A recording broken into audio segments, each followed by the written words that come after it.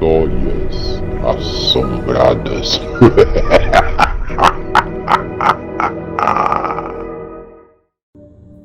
Olá, boa noite. Vamos para mais um relato do Histórias Assombradas. Gostando do canal? Então se inscreva, deixe o seu like, comente. Relato de hoje: o retorno da fera branca na Floresta Negra. Essa história se passa no ano de 114. Muitas foram as mortes causadas por uma fera denominada de a Fera Branca de Bretanha, causando um prejuízo enorme ao exército romano. Segundo estimativas, ao menos 300 soldados tiveram suas vidas ceifadas pela besta branca, a qual muitos julgavam ser um lobisomem bestial e implacável. Depois de perder praticamente toda a nona legião, numa incursão fracassada na floresta de Bretanha, Titus Mênico, que era o comandante da nona legião, agora estava se recuperando de um golpe traiçoeiro dado por um dos bárbaros na grande batalha de Bretanha, resultando em pelo menos na morte de mais de 1000 romanos naquela tenebrosa e fria noite. Júlio Marius, o grande comandante, então foi destacado pelo Império Romano para aplacar uma enorme revolta de bárbaros na Grande Germânia. Ele e mais 3.000 soldados estavam ali na grande fortaleza que foi criada para aplacar as grandes investidas dos bárbaros celtas. Titus Mênico só não entendeu por que foi trazido para aquela fortaleza, já que o que restou de sua legião estava a milhas dali. A única coisa que ele tinha em mente era de ter visto vários de seus soldados serem mortos por bárbaros selvagens na floresta de Bretanha. Sem dizer o seu amigo Petrus, que foi cruelmente trucidado por um demônio branco, demônio esse que ele encarou face a face. Ele, Titus, só não entendia uma coisa: porque aquela besta não o matou naquela noite. Provavelmente eles o trouxeram ali para puni-lo e também para servir de exemplo, pois a gloriosa Roma não havia sido tão humilhada naqueles dias. Afinal, milhares de soldados romanos foram mortos por bárbaros e também pela besta branca, que agora era conhecida por todo o território romano. Titus Mênico estava numa espécie de masmorra e acorrentado. Em seus pensamentos, ele sabia que sua punição seria severa, e nesses casos, provavelmente, ele seria crucificado, já que essa prática era muito comum naquela época. Fazia muito frio e Titus estava praticamente sem suas vestes. Seus dentes rangiam de tanto frio e ainda sentia a dor lacinante daquele golpe de lança que levou na batalha e na floresta de Bretanha. Mesmo assim, ele ali preso a grilhões não podia nem sequer se abaixar, pois seus punhos estavam com abraçadeiras bem apertadas, presa a correntes fincada numa grande parede. Um desespero então se abateu sobre o nobre guerreiro, que um dia foi um grande e respeitado comandante. Agora, porém, ele estava ali inerte e sem nada poder fazer, refém da sua própria nação. Em uma determinada manhã, Titus começou a ouvir o balbuciar de alguns homens. Logo então, as portas das masmorras começaram a ser abertas. Eram 4 soldados romanos que vieram para buscá-lo. Um dos soldados bradava frases do tipo: "Enfim, chegou sua hora, Titus. Quero ver se você é tão valente assim." Titus, o grande guerreiro, logo conheceu o homem que o praguejou, pois ele mesmo, Titus, já havia dado bons socos naquele soldado.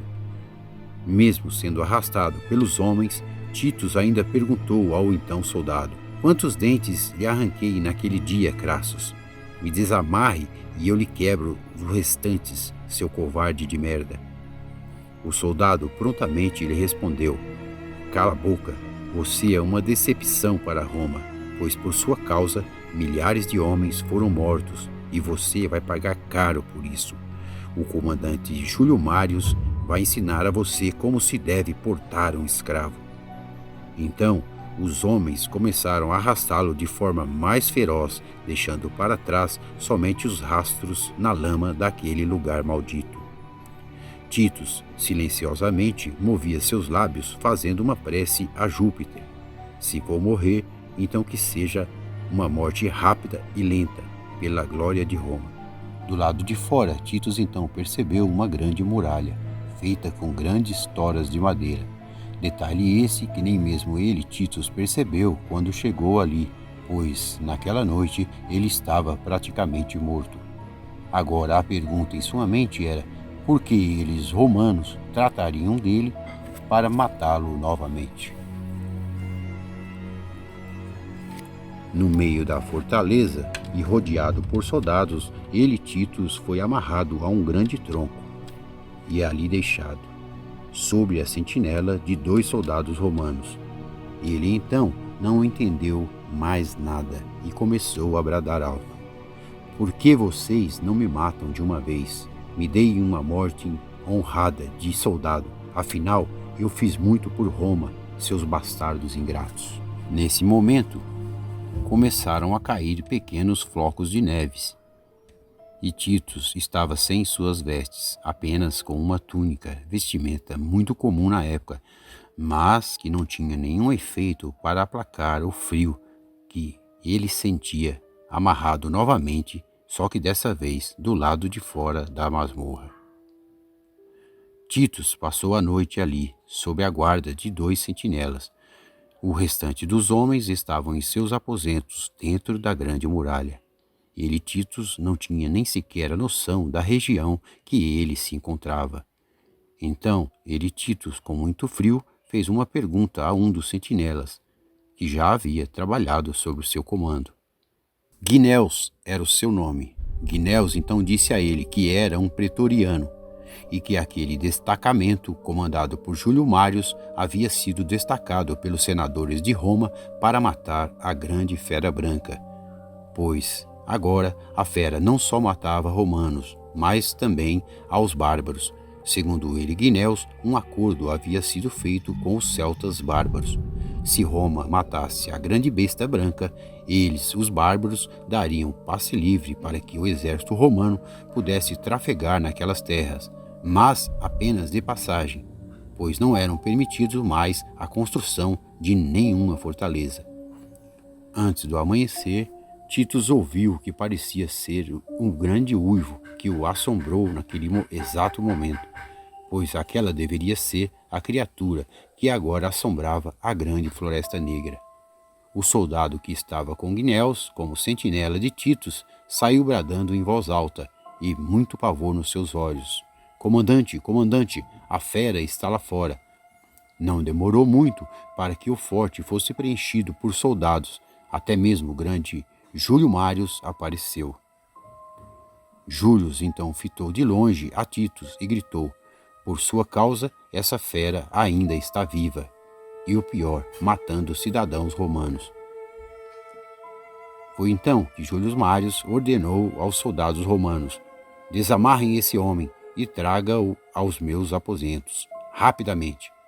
Nesse momento, a neve parecia cair mais forte na grande fortaleza, e Titus tremia tanto, mas tanto, que nem mesmo os dedos de seus pés ele conseguia sentir. 4 soldados, inclusive Gneus, ajudaram a transportá-lo até o grande comandante. No interior da fortaleza, o comandante Júlio Mários então perguntou a Titus em tom de deboche: você quer viver, Titus? Titus, em tom de desafeto, prontamente lhe respondeu: só um idiota perguntaria isso. Júlio, o comandante, rapidamente lhe respondeu com um grande murro no queixo de Titus, que ali mesmo cuspiu sangue, e respondeu: vocês, burocratas, servem apenas para causar dor, pois jamais poderiam suportá-las. No fundo, são grandes covardes escondidos em suas togas. Júlio, então, ameaçou dar mais um murro em Titus, mas não o fez. Então você é o grande valentão, o comandante que permitiu que mais de 1000 soldados fossem mortos na região da Bretanha. Titus respondeu: numa guerra temos que aprender a chorar os nossos mortos. Mas ainda estou vivo. Júlio Mários respondeu prontamente: não por muito tempo. Nossa missão aqui nesse fim de mundo é matar essa fera, e o pior é que aqueles senadores fizeram um acordo com esses chacais. E agora eu fui mandado para esse fim do mundo por sua causa, por sua incompetência. Essa besta migrou para a Floresta Negra, deixando um rastro de pavor e medo para trás. Alguns cidadãos romanos estão até se negando a pagar impostos, pelo menos enquanto essa fera viver. Por isso tratamos de você, pois graças a você ela está lá fora. E até mesmo os valentes soldados que enviei há dias não voltaram, provavelmente mortos por esse demônio.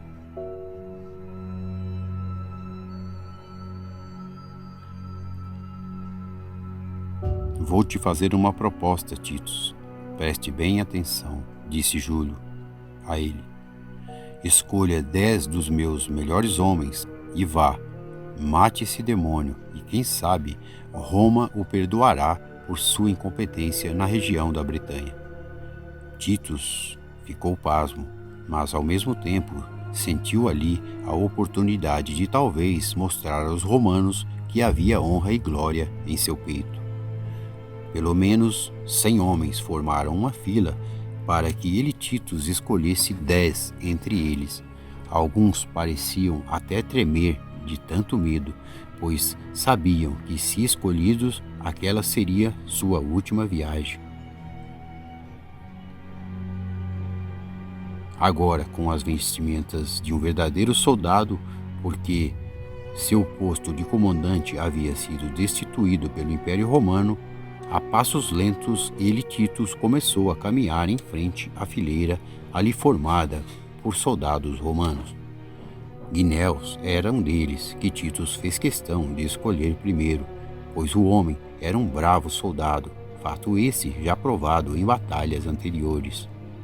Um a um, então, foram sendo escolhidos, até que então o pequeno grupo estivesse formado. Sim, 10 homens estavam agora sob o comando de Titus Mênico. Novamente ele iria se deparar com a grande fera branca, só que desta vez na Floresta Negra. No dia seguinte, Júlio, o comandante, autorizou a abertura do grande portão para bradar aos 10 homens que saíram em fileira. Ao menos 300 soldados romanos, então, fizeram um corredor para bradar juntos, pela glória de Roma. Essas foram as últimas palavras que os 10 soldados romanos ouviram ao deixar a grande fortaleza. Naquela manhã, a neve havia dado uma pausa, mas o céu ainda estava bem carrancudo.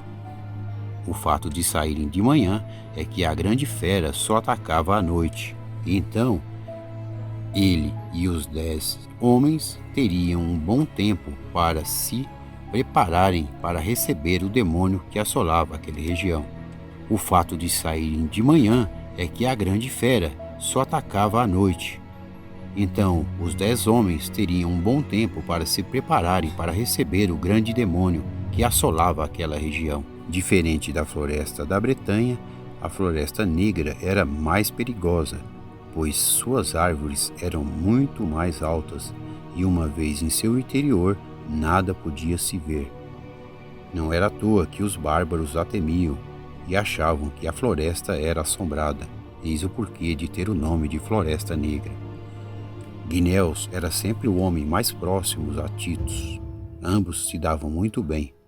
Titus até via nele as mesmas características de seu falecido amigo Petrus, que teve sua vida ceifada por aquele demônio. Em seu íntimo, e agora já em boas condições, Titus jurava que iria matar aquela fera, mesmo que para isso ele tivesse que mover os céus e o inferno, e por Júpiter. Quando a primeira noite chegou, Titus ordenou para que alguns soldados fizessem uma pequena fogueira para aplacar o frio.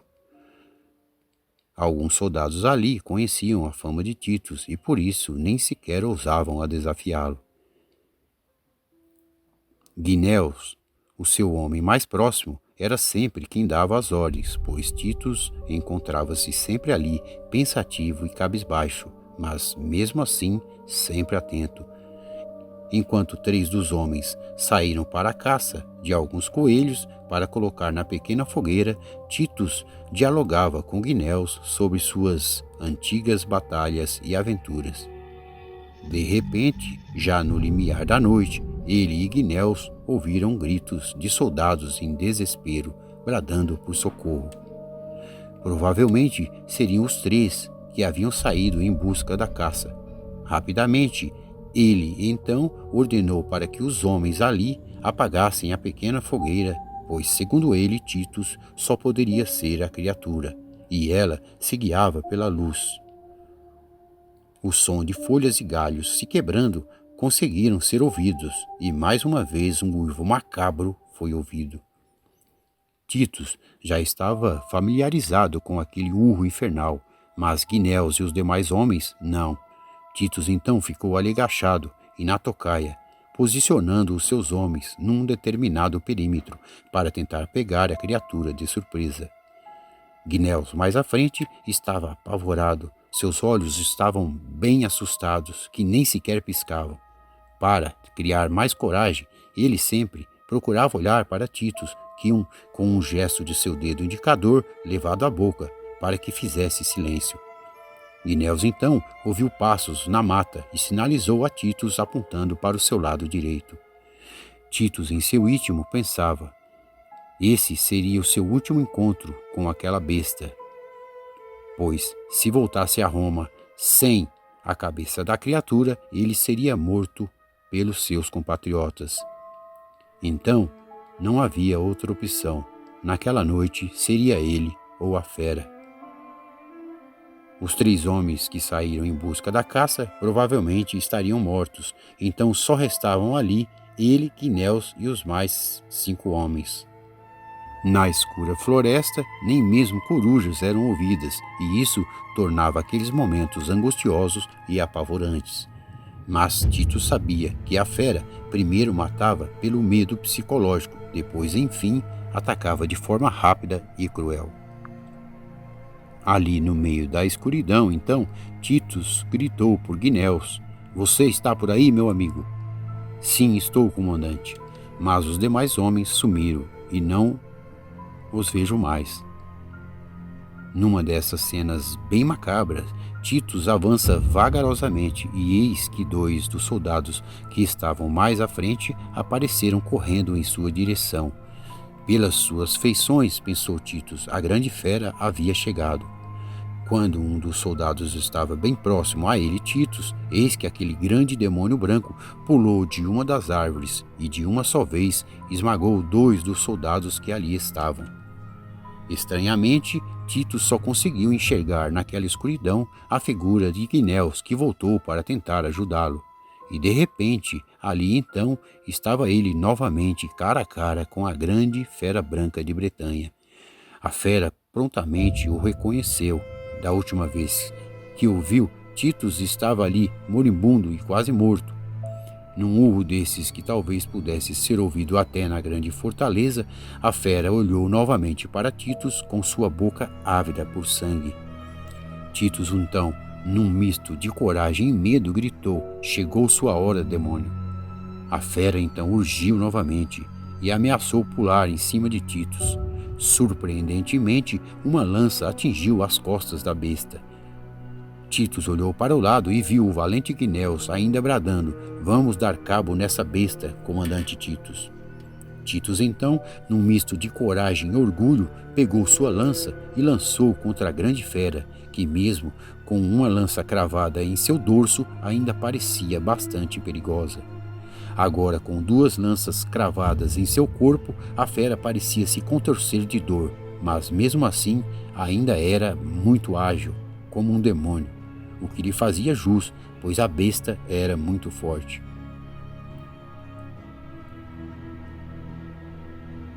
Sem sua lança ali e apenas com sua espada, Titus e Guinéus a empunhavam e ficaram diante da besta, que parecia não querer ceder. Num salto ágil e mortal, ela investiu para cima de Guinéus, que se viu em apuros, pois com uma patada Guinéus teve sua jugular cortada profundamente. O sangue jorrava com abundância. Titus ficou furioso por ver mais uma vez um dos seus melhores amigos serem mortos por aquele demônio. Enquanto a fera rasgava a jugular de Guinéus, ele arrancou uma das lanças que estava cravada na costa da besta para em seguida cravar novamente no peito da besta. A fera deu uma patada em Titus e o jogou bem longe. E mesmo ferida, a fera se levantou e ameaçou avançar novamente para cima de Titus, que agora estava muito machucado. Titus, ali caído instintivamente, içou sua espada, e quando a criatura pulou, ele cravou sua espada bem no meio da boca da besta. A besta, com os olhos bem ferozes, fitou os olhos de Titus, como quem pensasse em seu último. Enfim, chegou o meio-dia e caiu ao lado de Titus sem vida. Titus, ainda sentindo o efeito da patada das garras da fera, se levantou. Mesmo assim, ele não conseguiu jamais esquecer de que, assim que caiu morta, aquela criatura começou a ganhar forma de uma bela mulher branca. Sim, era ela, Gerda, a grande guerreira branca, que aterrorizou e matou muitos homens, mas enfim, estava ali, morta. Titus ali mesmo fez uma maca. Mesmo machucado, conseguiu transportar o corpo do grande Guinéus, que foi homenageado com um busto nos arredores de Roma. Ele, Titus, agora passava a fazer parte dos grandes homens de Roma. Quem quer que se dirigisse a ele, teria então que dizer com respeito ao senhor Cônsul Titus Mênico, título dado a ele por ter livrado Roma da grande fera branca de Bretanha. Boa noite.